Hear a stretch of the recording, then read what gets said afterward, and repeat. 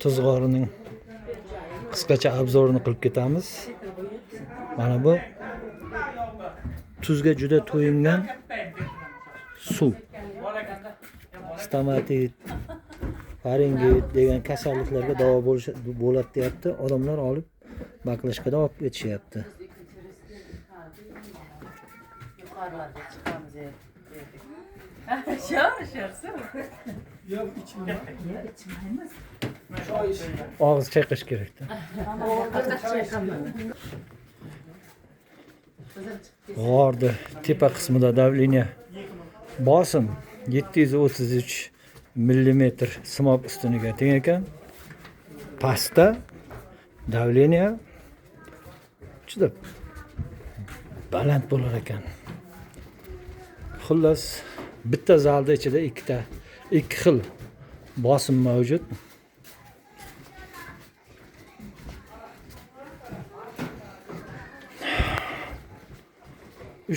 Üç kun 4 kun ichida yo'tali borlar, allergiyasi, zo'blari borlarga juda katta effekt berishyapti.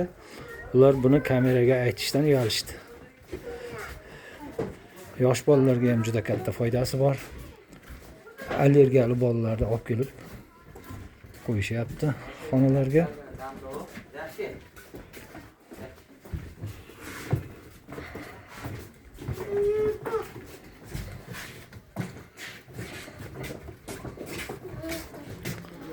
Bolajonlar o'ynab yurishibdi, lekin ko'pchiligini allergiyasi, zo'blari bor.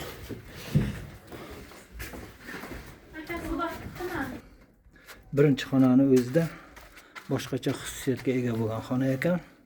Harorat 14 gradusni tashkil qilar ekan, bosim 235.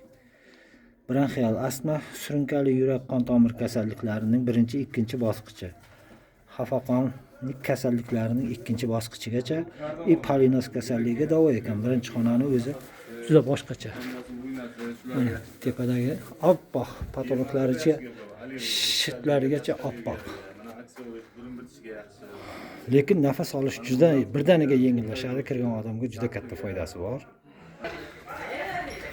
Mana bu yerda ham surunkali allergik rinit, surunkali allergik bronxit, polinoz, bronxial astma kasalliklari, bo'qaq, zo'b, xafaqon, yurak qon tomir sistemasi kasalliklarining ikkinchi bosqichiga davolashar ekan.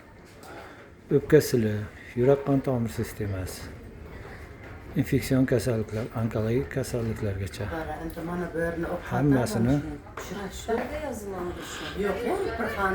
hammasiga ma'lum bir darajada effekti bor. Shuning uchun xalq juda ko'p keladi. Allergik, bronxit, astma,